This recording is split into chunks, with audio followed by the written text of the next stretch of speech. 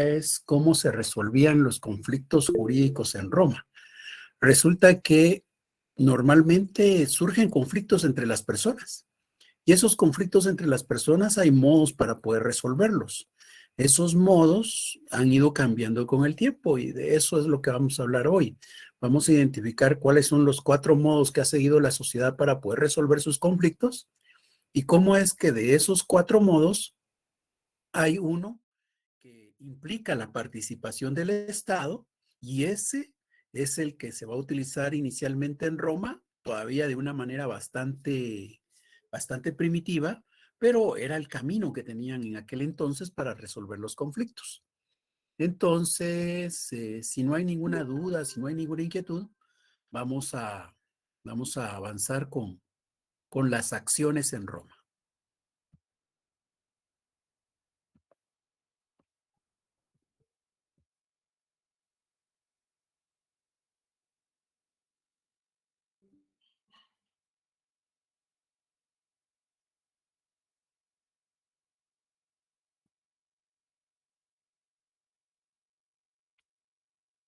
En el contexto del derecho romano. Cuando nos preocupamos por la acción, estamos refiriéndonos al proceso judicial, al camino que se podía seguir en Roma para poder resolver un conflicto de carácter jurídico.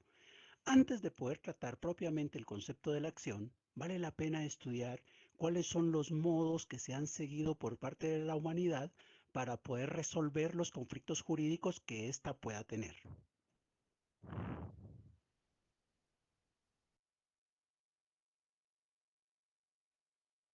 Principalmente hay 4 modos históricamente que han sido utilizados por la sociedad para resolver sus conflictos. El primero se conoce como la autodefensa o venganza privada. En este modo, prácticamente lo que se hace es provocar un daño incluso mayor al que le han causado a uno. Por ejemplo, imaginémonos acá 2 ciudadanos romanos, uno con 2 cabezas de ganado y otro con 3 cabezas de ganado. El vecino de 3 cabezas de ganado viene y mata a la cabeza de ganado de su vecino. ¿Qué es lo que ha ocurrido ahí? Lo que ha ocurrido ahí es que ha nacido un conflicto. Hay un conflicto entre estas 2 personas. ¿Cómo van a resolver el conflicto? Primitivamente todavía, la manera de resolverlo era la autodefensa o la venganza privada. Eso quiere decir que si aquel me ha matado una cabeza de ganado, yo voy a reaccionar matándole todas sus cabezas de ganado. ¿Qué es lo que tenemos aquí? Lo que tenemos aquí es que ante un daño se produce un daño superior al que se ha causado. Aquí realmente el conflicto no se resuelve favorablemente para ninguno. Aquí las 2 partes salen perdiendo. Conforme se va dando la evolución, va surgiendo un nuevo modo para resolver los conflictos jurídicos. Este modo se conoce como la ley del talión. La ley del talión es aquella que normalmente se resume en la frase ojo por ojo, diente por diente. ¿Cómo la podemos mostrar? Nuevamente tenemos el conflicto que se va a dar entre estos 2 vecinos. Uno tiene 3 cabezas de ganado y el otro 2. Viene aquel, mata la cabeza de ganado del vecino. Ahora viene el vecino y va a tener que buscar una forma de resolver el conflicto. En el contexto de la ley del talión, como hemos dicho, ojo por ojo, diente por diente, quiere decir que si me ha matado una cabeza de ganado, yo voy a venir y en ese conflicto voy a matarle una cabeza de ganado también. Es decir, voy a provocar un daño similar al que me han causado. Al final de cuentas, si bien esto es más civilizado que lo que ocurría en la autodefensa o venganza privada, de igual manera los 2 salen perdiendo. Ambos tienen una cabeza de ganado muerta. La sociedad sigue su evolución y es así como descubre un nuevo modo para resolver sus conflictos. Se conoce como la composición voluntaria. ¿Qué ocurre en la composición voluntaria? En la composición voluntaria otra vez tenemos las 2 situaciones. El vecino con 2 cabezas de ganado, el vecino con 3, viene aquel, mata una cabeza de ganado, entran en un conflicto. ¿Cómo lo vamos a resolver ahora? Ahora estamos en la composición voluntaria. Esta se llama voluntaria porque requiere la disposición de las 2 partes. Se requiere que ambas partes estén dispuestas a ceder. Entonces, el que ha matado la cabeza de ganado voluntariamente debe ceder, debe estar consciente que ha provocado un daño. ¿Y cómo lo va a resolver? Bueno, pues ahora tendrá que perder una cabeza de ganado porque le entregará una a aquel que ha sufrido la pérdida. ¿Qué es lo que tenemos acá? Una nueva manera de resolver el conflicto, mucho más civilizada que las dos anteriores, porque ahora no se trata de que yo voy a causar el mismo daño que he recibido, sino que lo que ando buscando es la reparación del daño, que me indemnicen por el daño que me han causado. Entonces, si una cabeza de ganado es la que me han matado, me la tienen que reponer, me tienen que reparar el daño que me han causado. Esto es mucho más civilizado. Acá solo sale perdiendo el agresor, el que ha provocado el conflicto.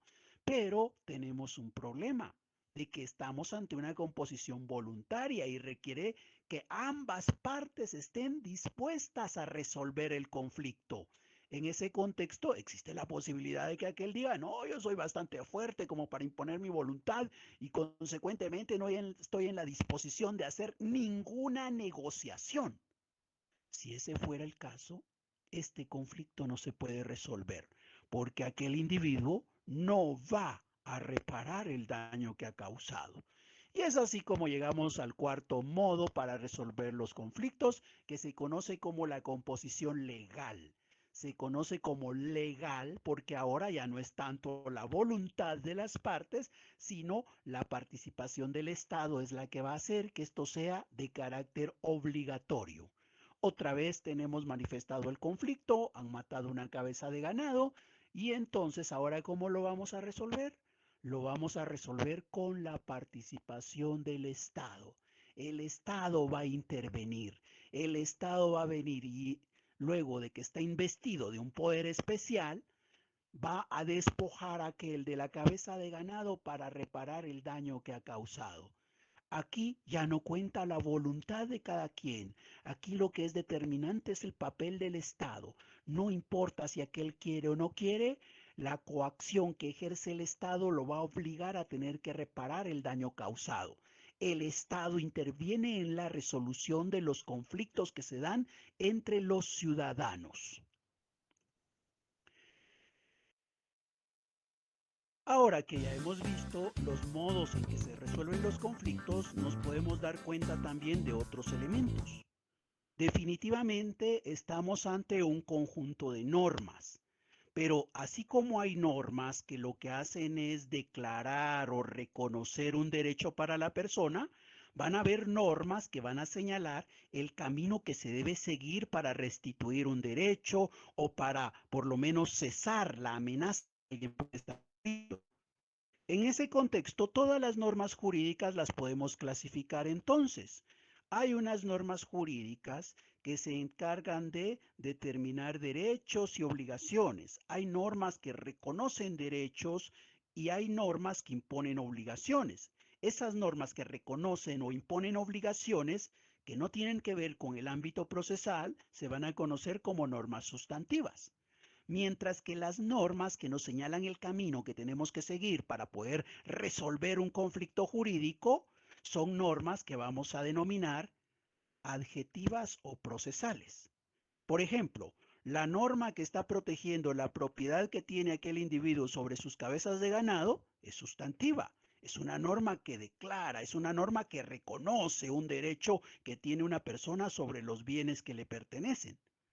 Pero la norma que regule ante quién tiene que acudir él en el Estado para buscar la resolución de su conflicto cuando le han matado la cabeza de ganado, esa es una norma adjetiva, es una norma procesal. Las normas adjetivas o procesales son aquellas que van a regular la intervención que va a tener el Estado, el papel que van a jugar cada uno de los individuos en el ánimo de resolver el conflicto jurídico que tienen. Por tanto, ahora hablamos de que hay normas sustantivas y normas adjetivas o procesales. Ahora nuestra atención se va a centrar en las normas procesales, en las normas que permiten resolver conflictos. Y es así como nace entonces el concepto que vamos a utilizar ahora, la acción. La acción viene a ser el medio del cual van a contar los individuos, los ciudadanos romanos, para poder resolver un conflicto. Veamos más despacio este concepto. Otra vez estamos hablando de ciudadanos romanos que entran en un conflicto jurídico. Este conflicto jurídico, ¿qué es lo que implica? Lo que implica es que hay una vulneración a un derecho. Puede ser también una amenaza a un derecho. La realidad es que los derechos son útiles en la medida que los podemos ejercer y que una vez no podemos hacer uso de un derecho, entonces existen los medios para conseguir hacer valer ese derecho. Esas normas que tienen que ver con nuestro derecho que tenemos sobre este animalito, como dijimos, son normas sustantivas. Ahora, esas normas sustantivas que son útiles en la medida que nos garantizan los derechos, resulta que en alguna ocasión no van a ser suficientes. Se necesita de otras normas, normas que vengan a apoyarnos para conseguir el restablecimiento de ese derecho vulnerado o el cese de la amenaza que podríamos estar recibiendo. En ese contexto, entonces, hay que considerar que este derecho que tenemos acá, que ha sido vulnerado, tiene que ser protegido. ¿Y cómo lo vamos a proteger? Lo vamos a proteger con el concepto de la acción. Entonces, el individuo que se siente vulnerado en su derecho debe determinar si en el marco normativo existe una protección para ese derecho que él cree vulnerado. Esa protección que está recibiendo ese derecho, eso es lo que se conoce como la acción. La acción es una protección a los derechos. Esa acción como protección a los derechos la va a poder usar el que se sienta amenazado o vulnerado en su derecho. Él es el que puede hacer uso de la acción. Ahora, cuando él hace uso de la acción, va a pretender algo, va a buscar algo. Él ha sufrido una vulneración y tiene un objeto, persigue, tiene una pretensión. ¿Cuál puede ser la pretensión? Pues él podría estar pensando en que, ay, que me reparen el daño, entregándome una suma de dinero o reponiéndome mi cabeza de ganado. O puede estar pensando en que, no, yo lo que realmente quiero es que lo castiguen porque él fue un abusivo, que lo metan a prisión, que lo condenen en multas, por ejemplo.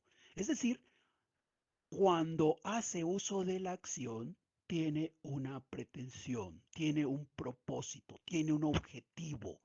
Otro elemento más a considerar es que para que él pueda saber si su derecho tiene la protección de una acción, tiene que revisar las normas jurídicas. Entonces tiene que ir a las normas jurídicas y determinar si en las normas jurídicas hay una que lo que hace es proteger el derecho que le ha sido vulnerado. Si él encuentra una norma que protege su derecho vulnerado, ahí estamos ante el concepto de la acción. La acción es la norma, la acción es esa disposición que protege a un derecho. Por eso decimos que la acción, ¿qué es? Un medio legal. Ahora, bien sabemos nosotros que las acciones podrían estar contenidas en este derecho que es el ius civile. Y si está en el ius civile es fácil resolver el conflicto porque ya hay una norma que contiene la acción, es decir, la protección al derecho que hemos sufrido en vulneración. Ahora, puede ocurrir que hacemos la revisión del ius civile y no encontramos. Entonces ahí hay que estar frente a un magistrado. Y recordar que el magistrado tiene la capacidad de dictar normas, ejerce la potestad iusse dicendi. Y en ese contexto el magistrado puede venir y crear una norma para proteger aquel derecho vulnerado, es decir, crear una acción. Entonces, las acciones pueden estar contenidas en el ius civile o pueden desprenderse del ius honorarium. ¿Qué elemento más? El tiempo. El tiempo que hay para poder hacer uso de la acción. Las acciones en algunas ocasiones se pueden interponer, se pueden utilizar como medios de defensa, como medios para proteger un derecho de manera indefinida en el tiempo.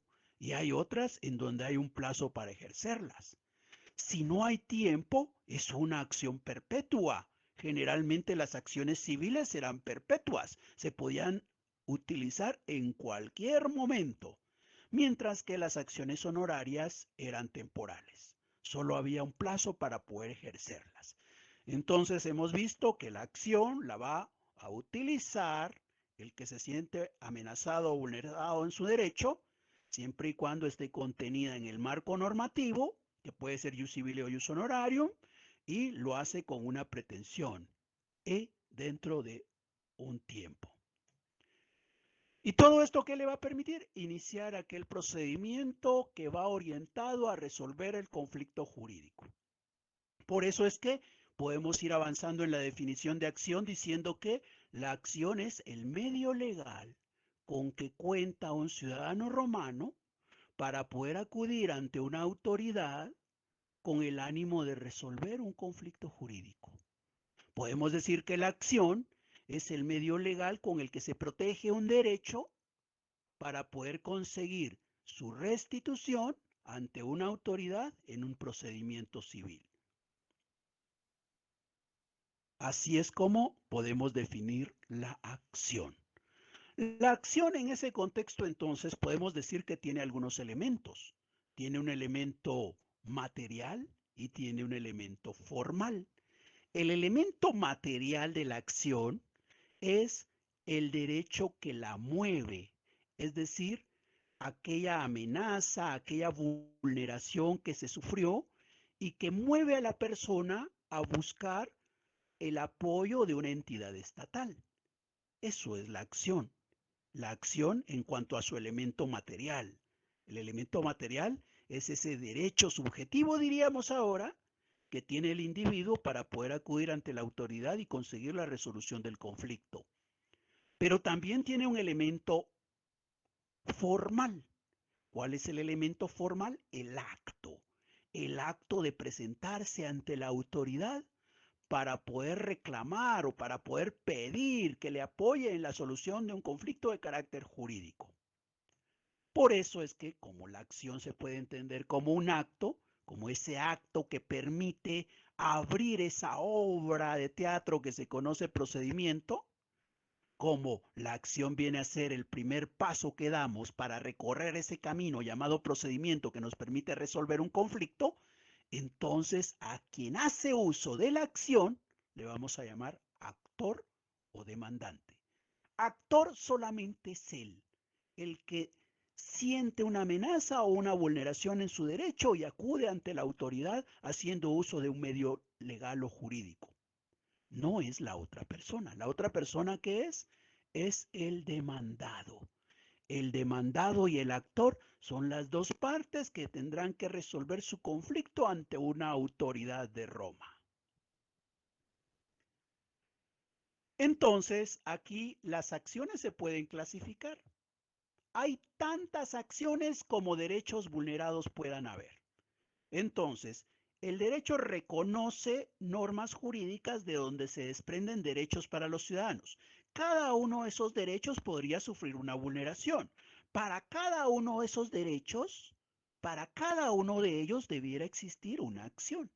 Entonces, las acciones son varias, tantas como derechos hayan, porque las acciones son los medios de protección para aquellos derechos cuando son vulnerados o amenazados.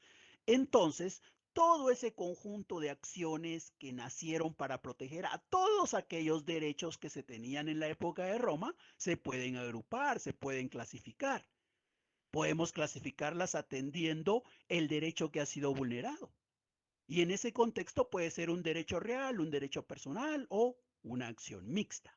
También podemos clasificarlas considerando en dónde están contenidas o de dónde se desprenden. Si se desprenden del ius civile o se desprenden del ius honorarium. Y así vamos a hablar de acciones civiles o de acciones honorarias. También podemos clasificarlas por el propósito, por la pretensión, por el objeto que se persigue cuando se usa la acción. Si estamos buscando la recuperación de una cosa, una indemnización o lo que pretendemos es una pena, por ejemplo. Así pueden ser rei persecutorias o penales. De igual manera, depende de quién puede hacer uso de la acción. Solamente puede ser actor el que ha sufrido en directo esa amenaza o vulneración? ¿O pueden haber otros? ¿La acción es privada o es popular? Y finalmente, también podemos clasificarla considerando el tiempo que tenemos para ejercerla. Como dijimos antes, podría ser temporal o podría ser perpetua. Estas son 5 clasificaciones que podríamos hacer de ese gran conjunto de acciones donde cada una de ellas nació para proteger uno de aquellos derechos reconocidos para los ciudadanos romanos. Hay muchas otras clasificaciones. Nosotros solo explicamos estas 5 en este contexto. Aquí algo que vale la pena aclarar es el concepto de derecho subjetivo y de acción. El concepto de derecho subjetivo que utilizamos ahora se entiende como la potestad, la facultad que tiene aquella persona que se siente vulnerada o amenazada, aquella persona que cree que está en la posibilidad de reclamar el cumplimiento de una obligación o de un deber, esa potestad, esa facultad de exigir el cumplimiento del deber jurídico o no, eso es lo que hemos llamado derecho subjetivo. Se llama subjetivo porque depende de cada quien. Cada persona decide si exige o no el respeto de ese derecho, el restablecimiento de ese derecho. Los romanos no estudiaron el concepto de derecho subjetivo, pero crearon el concepto de acción, en donde la acción no está en el individuo, la acción está en el marco normativo, como un medio jurídico para proteger los derechos que tienen los ciudadanos. Entonces, en Roma no se estudió el concepto de derecho subjetivo, pero se formuló el concepto de acción, que de alguna manera viene a ser el elemento que permite identificar el primer paso que se puede dar para lograr el restablecimiento o la restitución de un derecho vulnerado o el cese de una amenaza de alguno de estos.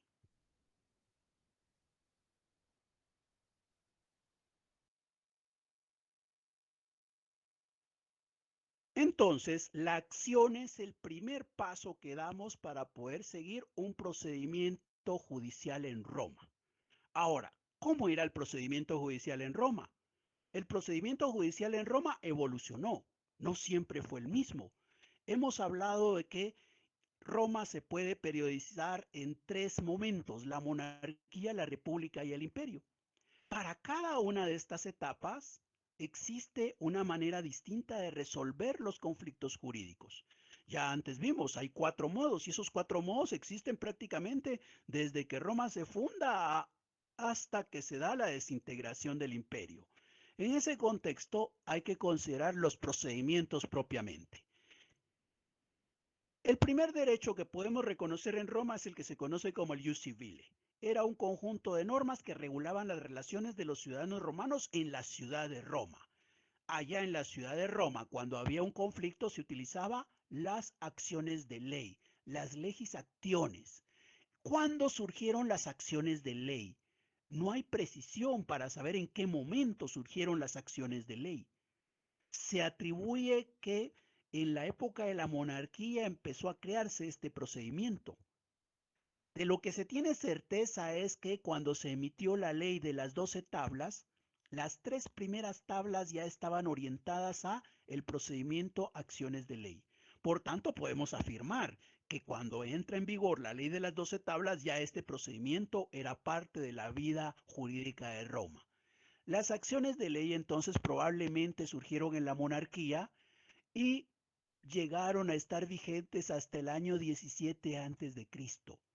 El año 17 antes de Cristo corresponde a la época del imperio, porque el imperio nace en el año 27 antes de Cristo. Entonces todavía hay 10 años en donde el procedimiento acciones de ley va a ser utilizado por los romanos durante la época del imperio. Lo que nos muestra esta figura es que en la época de la República el principal procedimiento que existió fue las acciones de ley.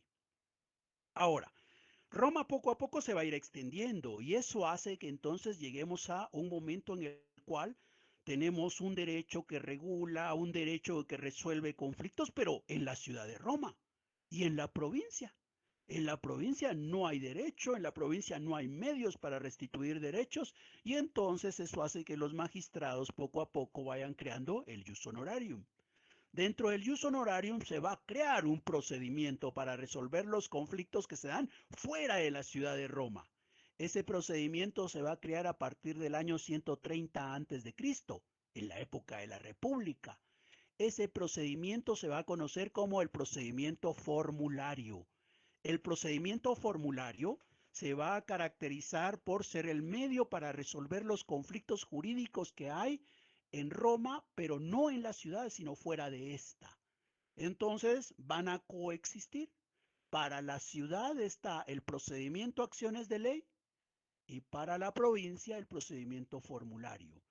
Esta coexistencia se da prácticamente desde que se emite la ley Aebutia en el año 130 a.C. hasta cuando se emite la ley Iulia Judictorum Proviatorum en el año 17 a.C. Esta ley lo que va a hacer es dejar sin efecto el procedimiento acciones de ley. A partir del año 17 a.C., el único procedimiento que se estaba conociendo era el procedimiento formulario. Nos damos cuenta, el procedimiento formulario entonces se va a aplicar tanto en la provincia como en la ciudad. Los romanos dejaron de utilizar acciones de ley y ahora, tanto en la ciudad como en la provincia, se va a aplicar procedimiento formulario. Poco a poco va a surgir un nuevo procedimiento. Tampoco se tiene precisión de cuándo aparece. Lo único es que este se va a dedicar inicialmente a resolver ciertos temas en particular. Todos los demás conflictos se van a resolver por el procedimiento formulario. Como este procedimiento solo tenía que utilizarse para resolver conflictos que tuvieran que ver con la tutela, los alimentos o el estado de libertad de las personas, este procedimiento se va a conocer con el nombre de extraordinario. Solo aplica para estos tres tipos de conflictos. Para todos los demás se utilizaba procedimiento formulario. ¿Cuándo surge el procedimiento extraordinario? No hay precisión tampoco, pero se sabe que en el año 284 a.C. realmente de extraordinario ya solo el nombre le quedaba. En la época de Diocleciano el procedimiento extraordinario lo que tenía era el nombre, pero de extraordinario no tenía más que eso. Y eso ocurre en el año 284 después de Cristo. El procedimiento extraordinario es el que más tiempo se va a utilizar en Roma. Es con el que va a concluir la civilización romana. El procedimiento formulario se va a dejar de utilizar como consecuencia de una decisión tomada por Constancio y Constantino en el año 342 después de Cristo. Entonces, no importa cuál de los tres caminos tomemos, el camino que debemos tomar va a estar determinado por el lugar en donde estemos, ciudad o provincia, o el momento histórico en que estemos ubicados. El tiempo y el espacio, el ámbito temporal y el ámbito espacial van a ser determinantes para saber cuál procedimiento es el que se aplica ante un conflicto en particular. Un elemento más que vale la pena aclarar es que en esta oportunidad hemos estudiado las acciones y fácilmente podríamos confundir las acciones que hemos estudiado con las acciones de ley que tenemos acá identificadas. Las acciones que estudiamos antes decíamos que son medios jurídicos para proteger los derechos y que hay tantas acciones como derechos hay. Entonces, esas acciones, dijimos, son el primer paso que debemos de dar para resolver el conflicto. Esas acciones son el medio legal que le permite a una persona que se siente amenazada o vulnerada en su derecho de poder acudir ante una autoridad a solicitar que le apoyen en la solución de un conflicto jurídico. El primer paso que vamos a dar en ese camino se llama acción. ¿Y cuál camino vamos a recorrer? Cualquiera de estos tres: acciones de ley, procedimiento formulario o procedimiento extraordinario. Las acciones de ley no son un paso, no son un acto. Las acciones de ley son un procedimiento que se puede seguir para resolver los conflictos que se dan en la ciudad de Roma, por ejemplo, ¿verdad? Entonces, en ese contexto, no es lo mismo hablar de acción que de acciones de ley. Cuando hablamos de acción, nos estamos refiriendo al primer paso que seguimos para poder avanzar en cualquiera de los tres caminos que hemos estudiado. Cuando hablamos de acciones de ley, nos estamos refiriendo a un procedimiento en particular, al primero que se utilizó en Roma para resolver conflictos de carácter jurídico con la presencia del Estado.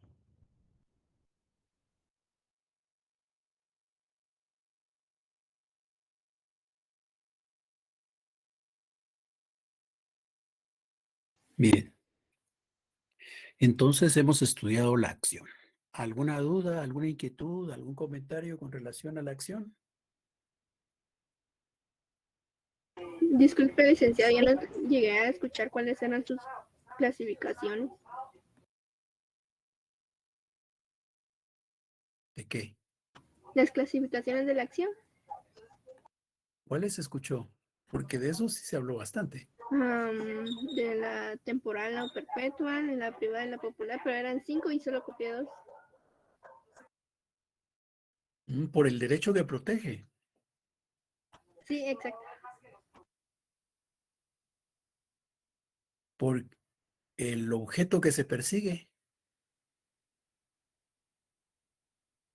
por el sujeto que la puede interponer y lo que usted ya dijo, por el tiempo en que se pueden interponer y por el derecho que la reconoce.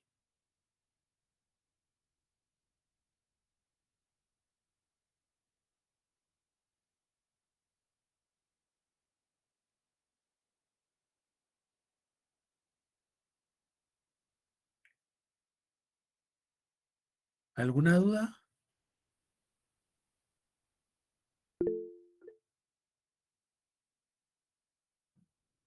Sí, Marjorie, por favor. Buenas tardes, Lick. Es que no escuché una cosa, solo quiero corroborar. ¿El Diga. actor es la persona que directamente realiza la acción o la que sufre? El, ¿Cómo decir? La consecuencia. Es que esa Las parte acciones, las acciones no se sufren. Las acciones son medios. ¿Ya? no, perdón, era el actor. Sí, el actor es actor porque hace uso de la acción, ¿ya? El que hace uso de la acción es el actor, por eso se llama actor. Actor viene de acción. Entonces, actor es el que hace uso de la acción. Gracias, Lick. Para servirle.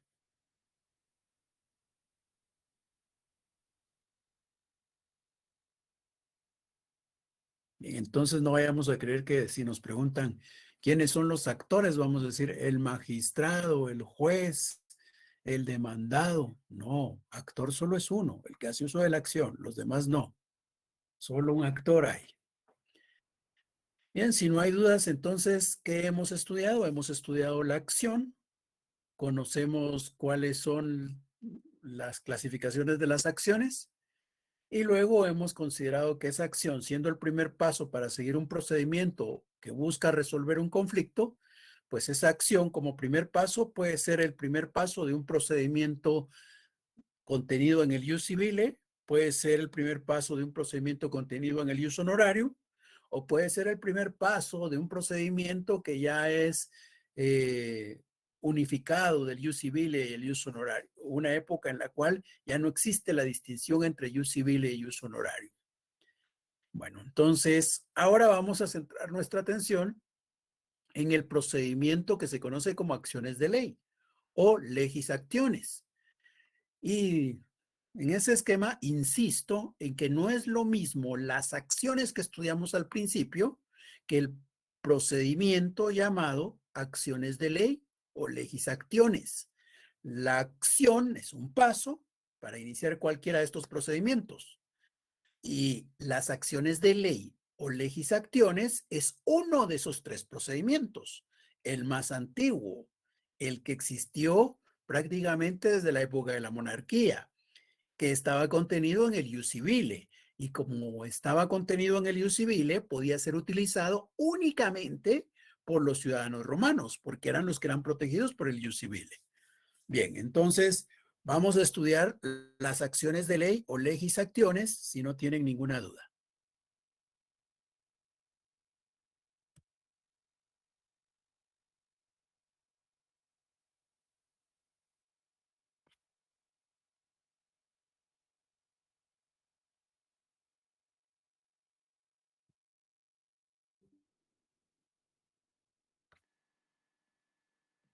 El procedimiento acciones de ley va a encerrar dos fases. La primera se conoce como in iure y va a estar a cargo de un magistrado.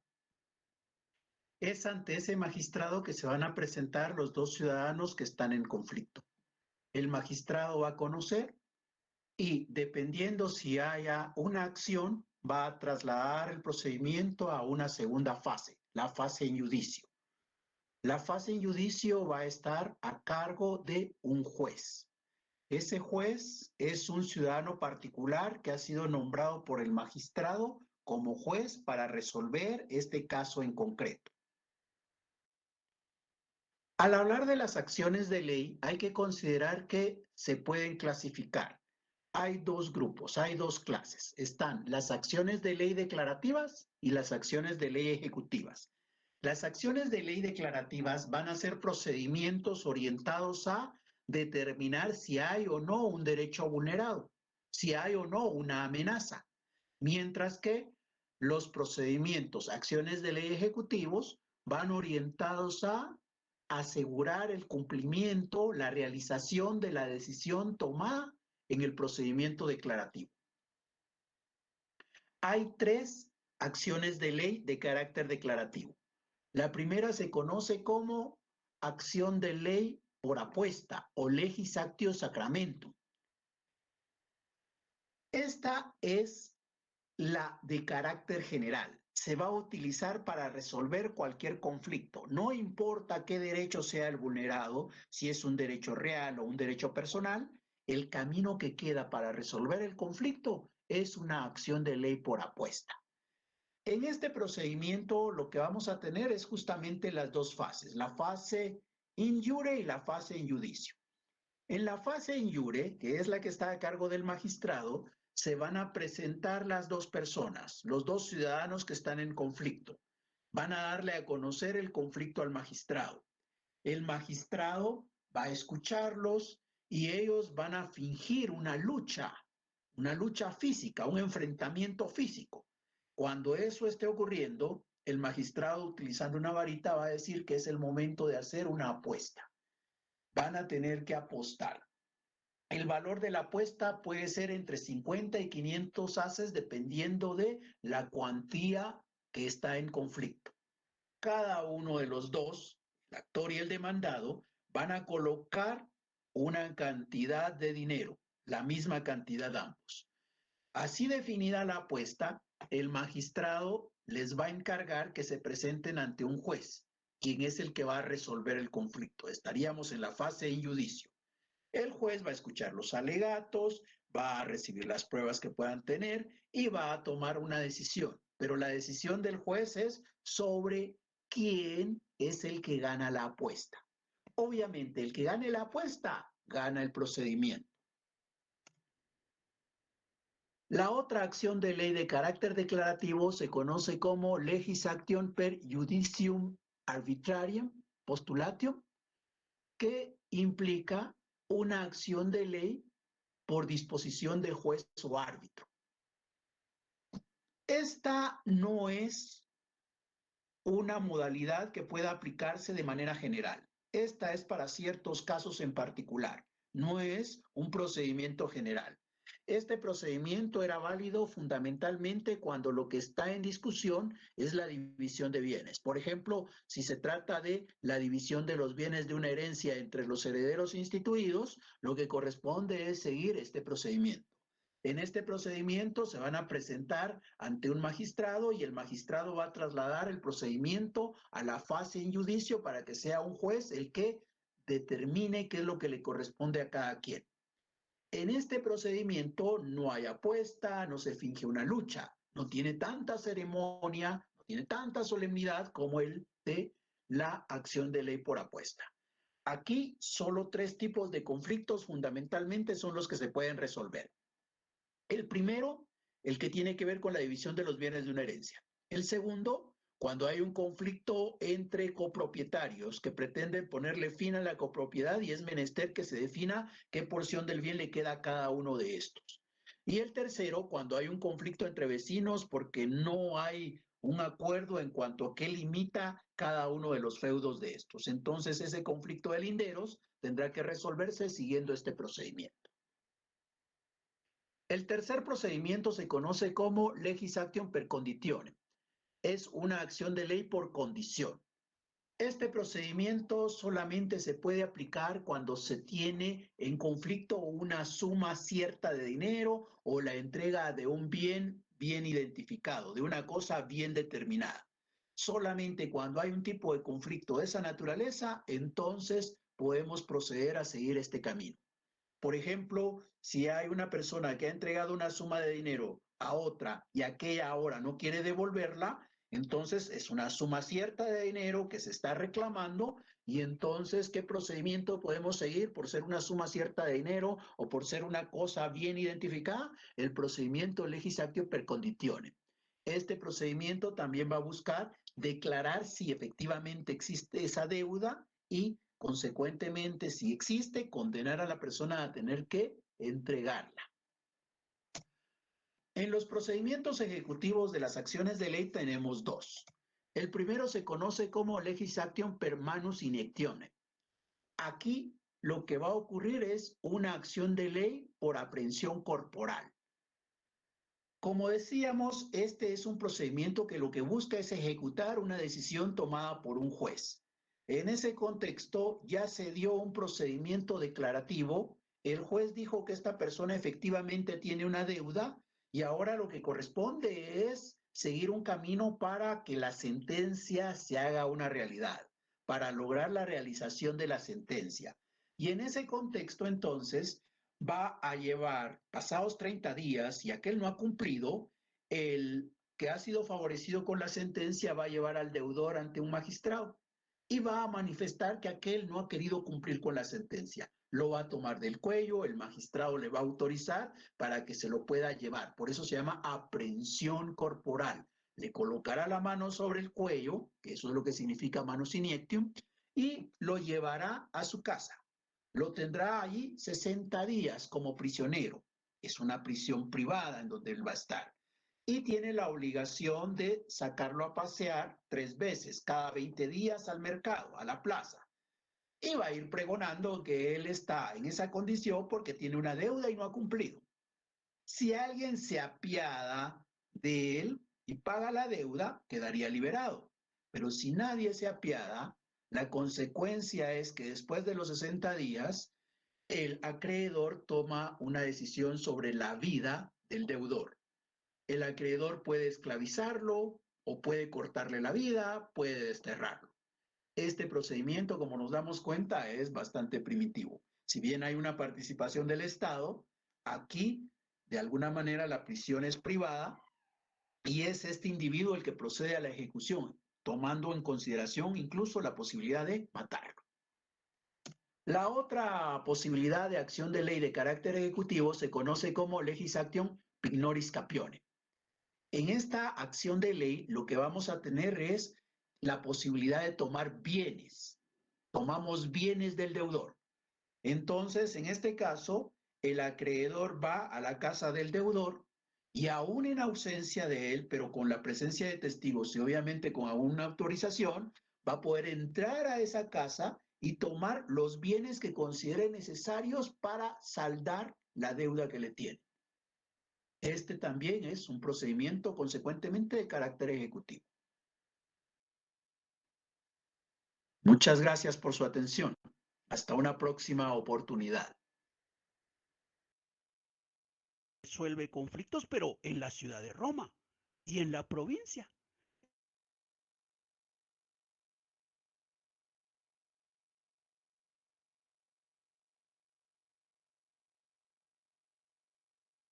Bien, entonces hemos estudiado el primer procedimiento, el procedimiento que se conoce como acciones de ley. Las acciones de ley son el procedimiento inicialmente conocido por los romanos. De alguna manera es un procedimiento bastante arcaico, exigente de memoria, a tal punto que hay que recordar en aquella época, como es el principio de Roma, todavía estamos hablando de que la separación entre el jus y el fas y el nefas todavía no es tan marcada.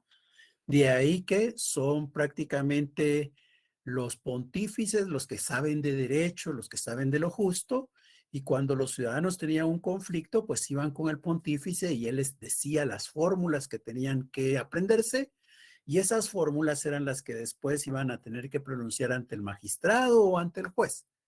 Si en algún momento alguien se equivocaba al pronunciar la fórmula, ya sea porque le falló la memoria o porque por cualquier razón se le olvidó algo o lo dijo de manera distinta, bueno, pues con eso prácticamente se tenía por terminado el procedimiento. El procedimiento era bien riguroso, bien estricto, exigía el uso de la memoria, era menester decir las fórmulas con la solemnidad del caso. Cualquier error podía dar lugar a dejar por finalizado el procedimiento. Imagínense, una persona bien podría haber sido afectada porque le mataron su ganado, pero no porque le mataron su ganado tenía asegurada la acción, no. Primero tenía que aprenderse todas las fórmulas que iba a pronunciar ante el magistrado y luego ante el juez.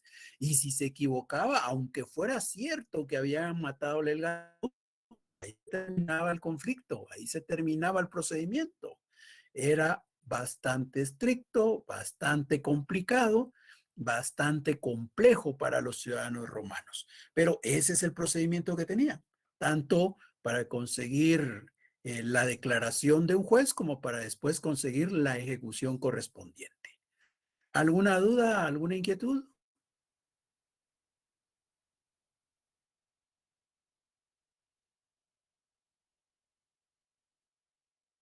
Lick, perdone, el Diga. último decía legis action per, no sé qué, no logra apuntar, es donde se toman los bienes del deudor. Permítame que ahorita le coloco la diapositiva para que la vea mejor.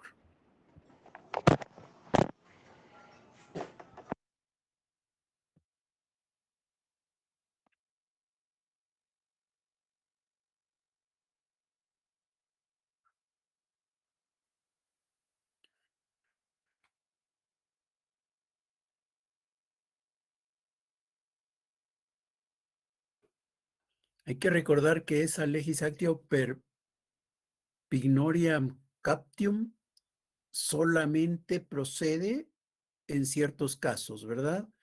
Fundamentalmente cuando se trata de deudas que se tienen ante el Estado o deudas por carácter de derecho sagrado. Por ejemplo, imagínense que alguien hubiera ofrecido una res para sacrificarla en honor a un dios y luego resulta que no entrega la res. Bueno, pues en ese caso, si se sigue el procedimiento de acción de ley declaratoria y luego se sigue la ejecución, pues ahí la que se puede aplicar es cabalmente esta acción de ley, la pignoris captione o la toma del bien, el secuestro del bien.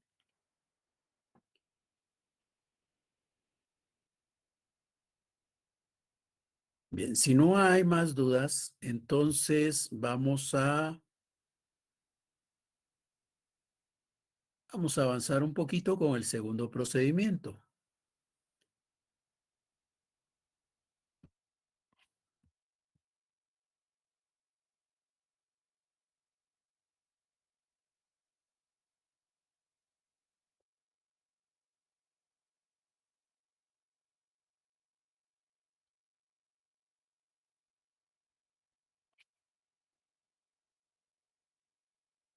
¿Cómo se llama el segundo procedimiento? El procedimiento se conoce como procedimiento formulario.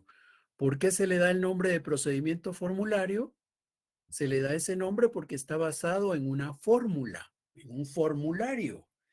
¿Y qué es lo que pasa con esto? Lo que ocurre es que en las acciones de ley había que memorizarse, había que pronunciar, había que usar la ceremonia, la solemnidad para el procedimiento, tanto ante el magistrado como ante el juez.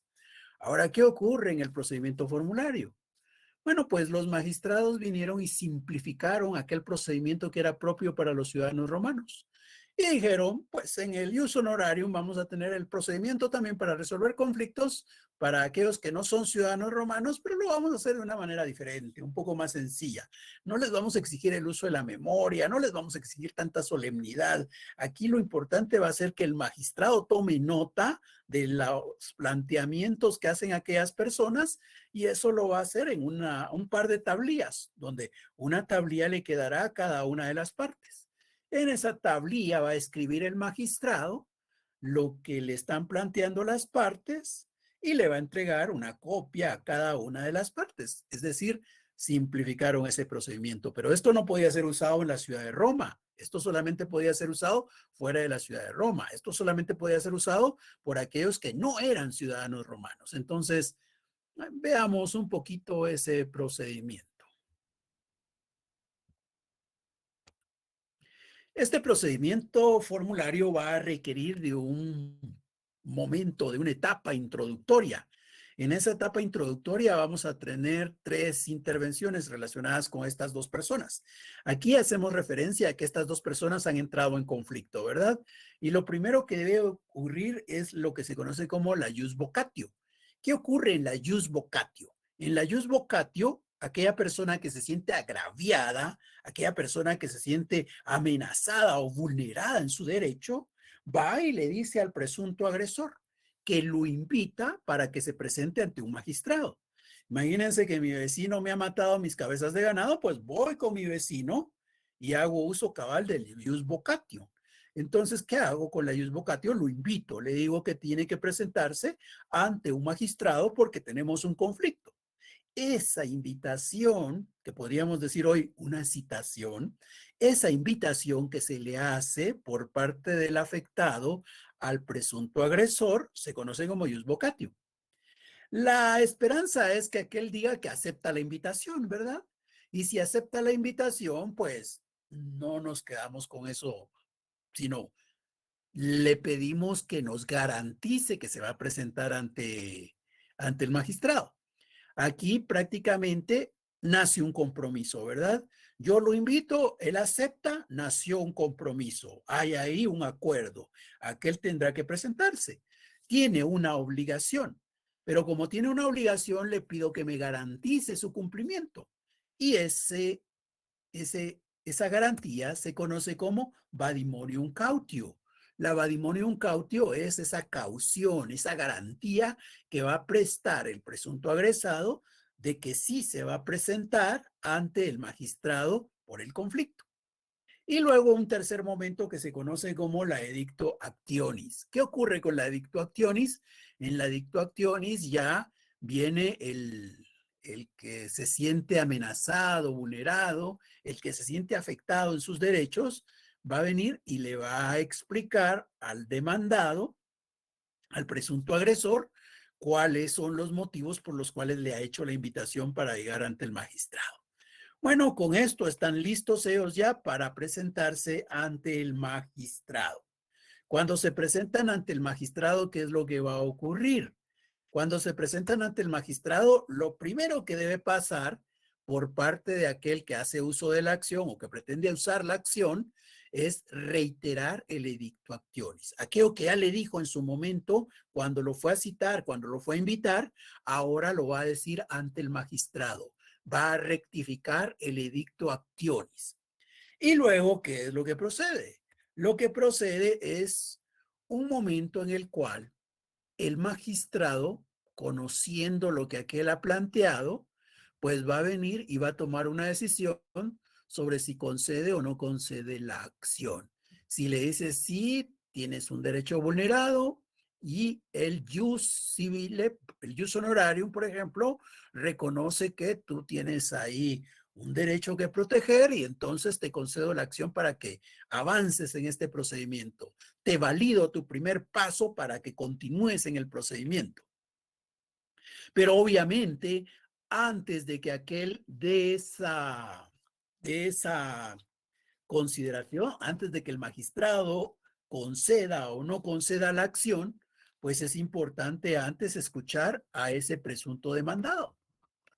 Y cuando va a escuchar a ese presunto demandado, pues entonces ahí el demandado va a tener la oportunidad de defenderse. ¿Y qué va a hacer para defenderse? Para defenderse, lo que va a hacer es hacer uso de las excepciones. Lo que anda buscando aquel que está siendo demandado es que no le otorguen la acción al supuestamente afectado.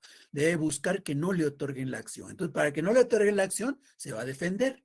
Esos medios que va a usar para defenderse se conocen como las excepciones, ¿ya? Las excepciones. Porque pensemos en la posición que puede tomar el demandado. El demandado puede decir, sí, es cierto, lo que aquel está diciendo que yo me llevé, que yo me robé sus cabezas de ganado, es verdad. Si eso fuera, quiere decir que se declaró confeso.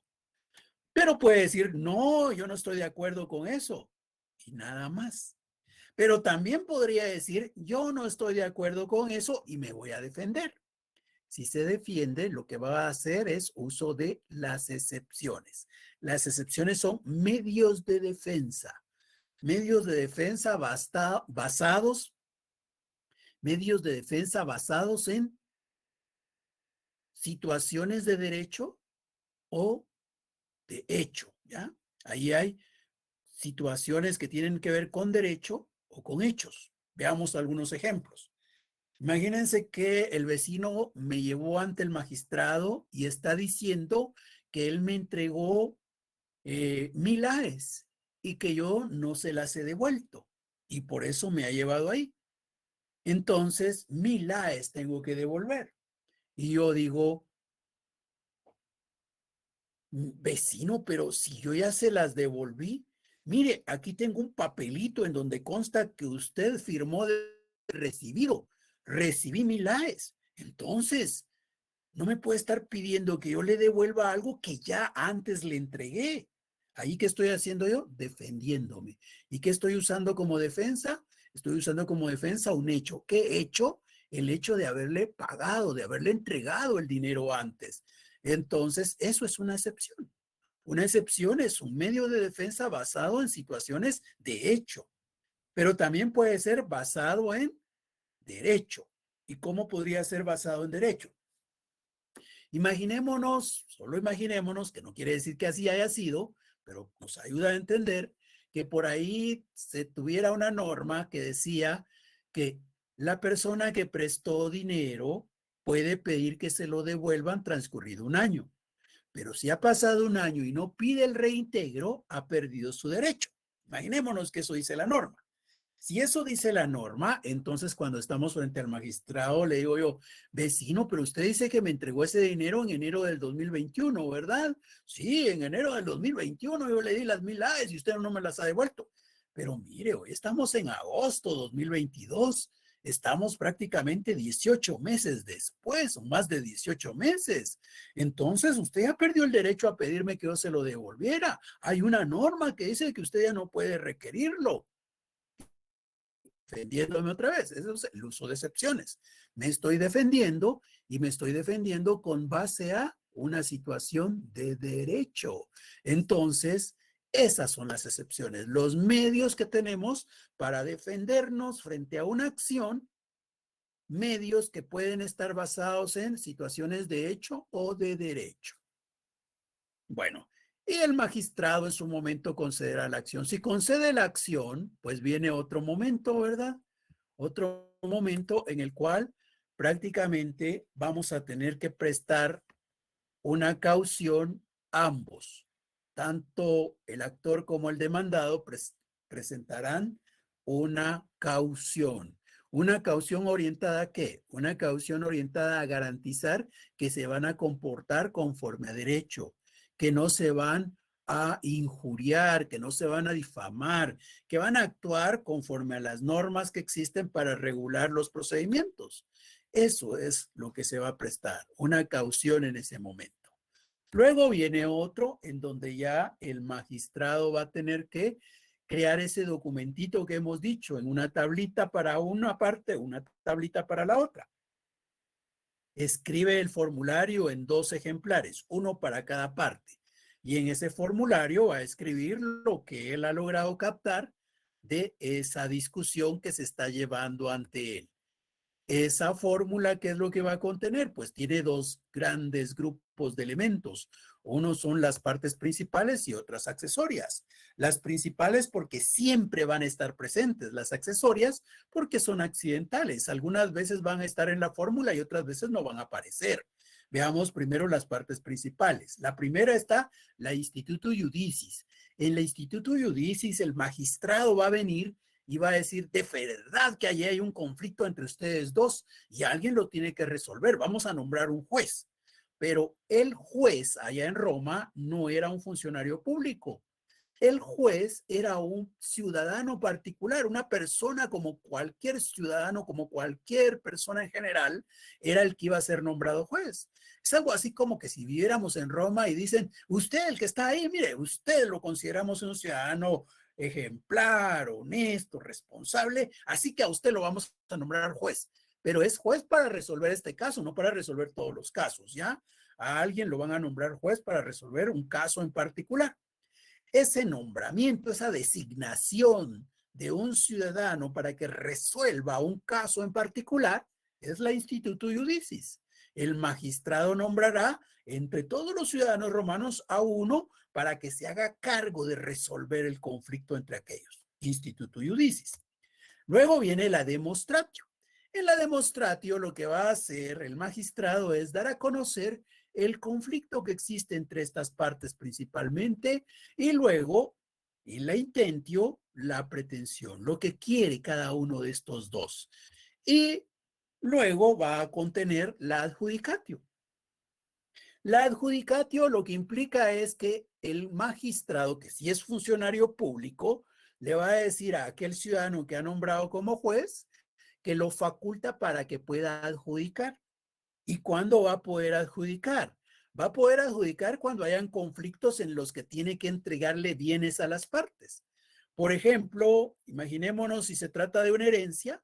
Si se trata de una herencia, pues tendrá que venir el magistrado y decirle, juez, lo faculto a usted para que parta la herencia y le entregue a cada una de esas personas que están peleando lo que les corresponde. O si se trata, por ejemplo, de dos copropietarios que tienen un bien, pero que están en conflicto, pues entonces hay que partir ese bien. Entonces le dice el magistrado, juez, lo faculto a usted para que parta ese bien y le dé a cada uno la porción que le corresponde. Eso es la adjudicatio.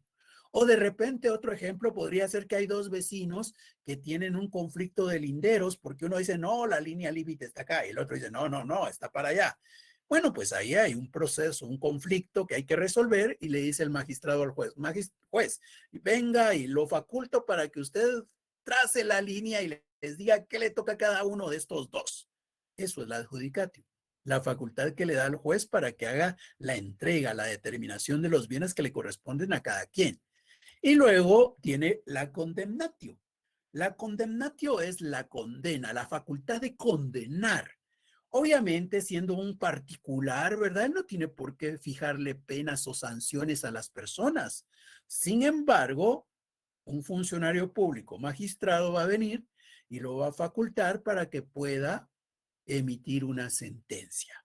Cuando emite la sentencia, que eso es la condemnatio, cuando emite la sentencia, le da la facultad para que condene, si es que considera que de verdad que él es responsable de la comisión de la infracción, o para que lo absuelva, si considera que no hay elementos suficientes como para poder tomar una decisión.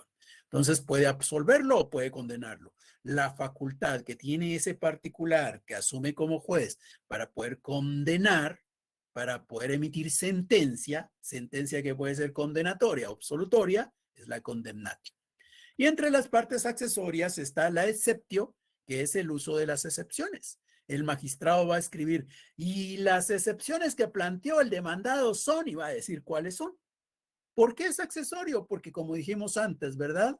Cuando estamos frente al magistrado, ¿qué puede ocurrir? Puede decir, no, sí, aquel tiene la razón, todo lo que está diciendo es cierto. Pues no hay nada que defender, ¿verdad? O puede ser que yo diga, no, yo no estoy de acuerdo, pero no me defiendo. Entonces, en esos dos casos no habría exceptio en la fórmula. Pero si yo vengo y digo no estoy de acuerdo y me defiendo de esta manera, con estas situaciones de hecho, con estas situaciones de derecho, entonces sí hice uso de las excepciones y estas aparecerían en la fórmula redactada por el magistrado. Obviamente, cuando alguien se pronuncia es necesario escuchar a la otra parte y en este caso a eso se le conoce como la replicatio. Cuando el demandado hace uso de excepciones, se tiene que escuchar al actor sobre qué considera con relación a las excepciones que ha planteado el demandado. Entonces, ¿qué dijo el actor con relación a las excepciones? Eso va a estar contenido en la replicatio. Como dijimos antes, el demandado puede ser que no haga uso de excepciones. Si no hizo uso de excepciones, pues tampoco se puede esperar que el actor haga uso de la replicatio. Estos dos elementos son accesorios, no siempre se van a presentar. De igual manera, aparece la praescriptio, y la praescriptio son recomendaciones, consideraciones que el magistrado traslada al juez para que éste las tome en cuenta al momento de tomar su decisión. Entonces, estos elementos son los que van a estar contenidos en esa fórmula que va a ser escrita por el magistrado y que les va a dar una tablilla a cada uno de estos dos señores para que puedan presentarse ante el juez que él ha instituido en esto justamente que conocemos como la Institutio Iudicis.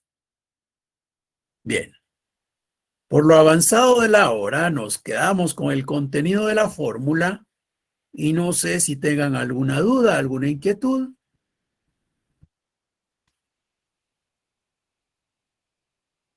Ya es muy tarde, ¿verdad? Bueno, entonces nos quedamos acá y estamos en clase el próximo jueves. Muchas gracias por su atención y seguimos en la próxima clase. Hasta luego. Gracias, licenciado. Feliz tarde. Feliz tarde. Feliz tarde. Feliz tarde.